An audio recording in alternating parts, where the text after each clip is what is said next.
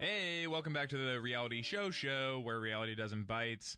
This is my favorite part of the show, a little game we're about to play called Tanks But No Tanks, about our favorite show, well, at least my favorite reality show also. It's Hayes' favorite show. And yeah. For those who don't know, Shark Tank is a show where people with business ideas or existing businesses come on the show, they pitch their idea to a group of 5 investors, and those guys, they're called the Sharks. They basically get to decide whether or not to put money into this product. So what we like to do is we like to take one segment from the show of somebody coming in and pitching their business and just sort of walk you through the process of the Sharks' decision-making, basically how they might get from a tanks, putting money into the product, or a no tanks, which is when they say they're out and they... Yeah, we're going to show you exactly where this person went wrong. In case you ever want to go on Shark Tank, you're going to go, I want to get a tanks, I don't want to get a no tanks. Yep. And Hayes and Sean are going to help you, pal. Yes. So let's get into it. Our contestant this week is Shelton Wilder. And you hear Shelton, you're thinking, oh, it's got to be a cartoon turtle, right? Yeah. It's a grown or woman. It's from, wasn't it U.S. Acres? U.S. Shelton. Acres. That was Sheldon, maybe. It might be a baby chicken that's still inside the egg. Yeah, his legs are out, but he's popping around, bumping into stuff. And bumping into stuff. This is actually an adult woman from the South. She's from some southern place, and she's a fashion designer. She's got some kind of fashion product. So let's play Tanks But No Tanks with Shelton Wilder. Here she is.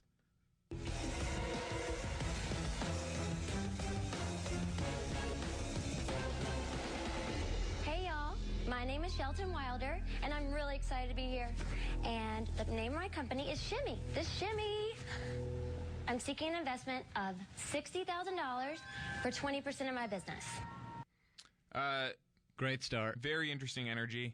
Really good start. She's got this charming Southern Belle thing. Yep. You couldn't see it, but she did a shimmy. She did do a shimmy. She said the name of her company twice, which has never happened before, but a very reasonable amount of money to ask for. A lot of these people overvalue their companies. Her valuation is totally acceptable. Sometimes people come in, they go, we want $200,000 for 10%. You go, well, nobody's going to give you that unless you've got a crazy amount of sales. Like, you got to be so legit. With this, I go, you're asking for $60,000 to a shark like Mark Cuban.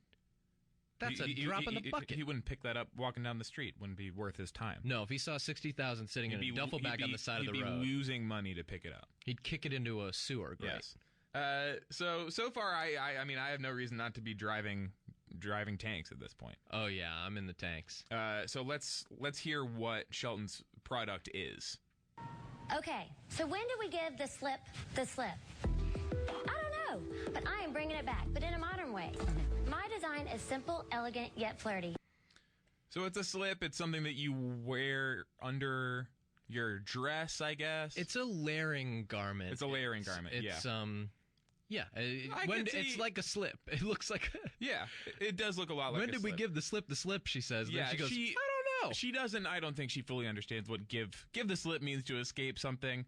What would actually be a lot better for her is if she were selling brushes and she could maybe say, when did we give the brush off? I'd feel better about that too. Yeah. But as it is, like, I can see how a recognizable brand of slip is something that could be a big product. Sure, everybody gets this one kind of slip. It's the best one on the market. Sure. We all know it. So I'm still in tanks territory for now. Here, Shelton's going to show off how that slip would work a little bit. The shimmy is the perfect layering piece, and Deborah has it layered here with leggings. Because remember, guys, leggings aren't pants. No, that's rude. I really like this moment. Because you learned something about rudeness. I was like, I had thought leggings were pants. Yeah. You certainly didn't know that it was rude. Leggings aren't pants. No. That's rude. That's rude. I don't want to be rude.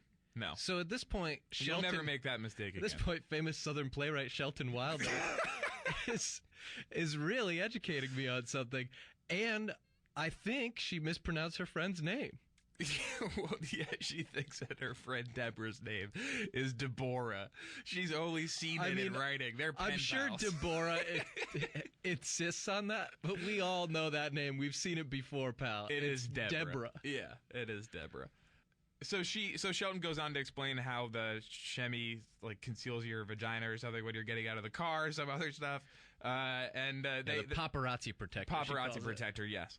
They ask her about what she's done with the product so far, and she's got what she calls exciting news for them. I have been a stylist at Nordstrom, and I've developed amazing relationships, and they have the product in Seattle right now, and I have kind of a verbal agreement that we'll be carrying it there.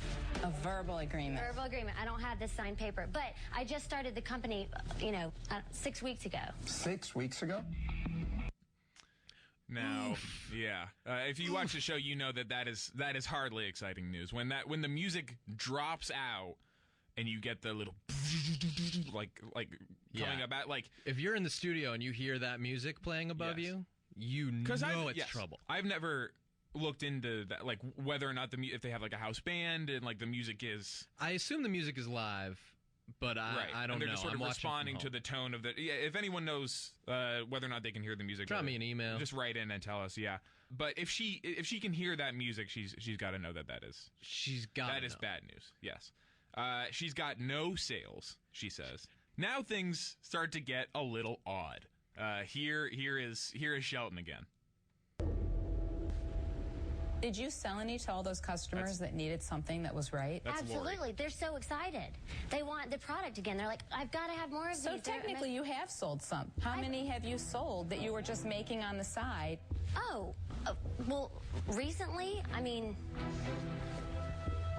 but I had some with this that were similar in my company that I worked with before.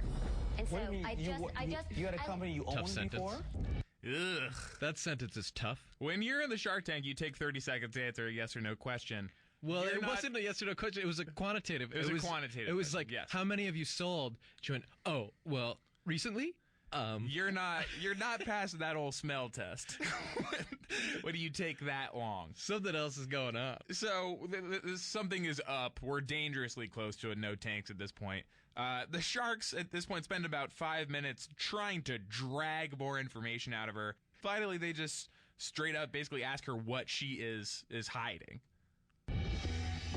Are you holding out telling us something? Well, Out with it. during that time, I can't believe I'm going to say this. Oh, boy. I was going through a lot of struggles, and so now I cannot believe I've been sober 2 years and 8 months. Whoa!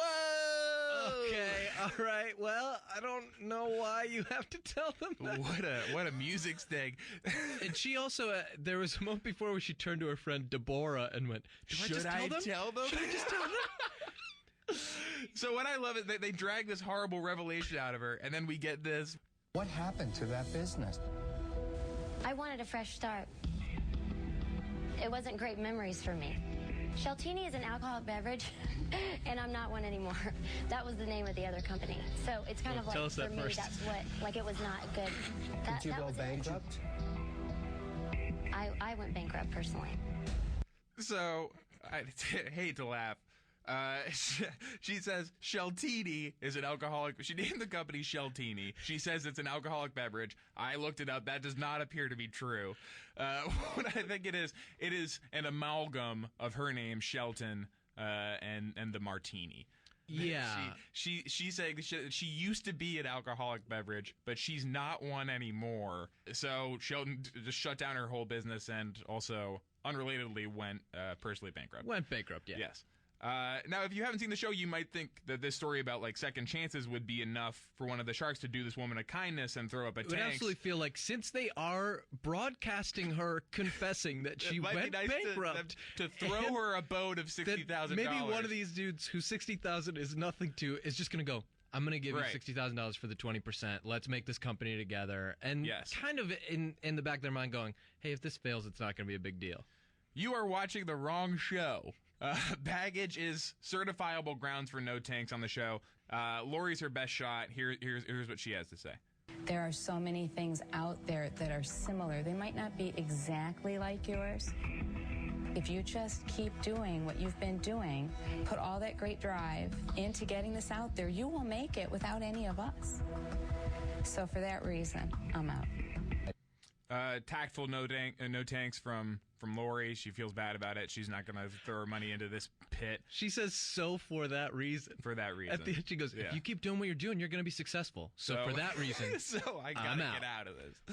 It's not for that reason, right? It's because she was bankrupt and she just had a breakdown in front of you. That's it. Everybody's out. All 5 sharks have declared no tanks. I hate to point fingers. I blame Deborah because at the point where Shelton turned to her and went, should I just say it? Deborah she should have gone, said, no, absolutely not. Thank you, Shelton. That was a very exciting segment. We learned a lot from it. That was Tanks But No Tanks.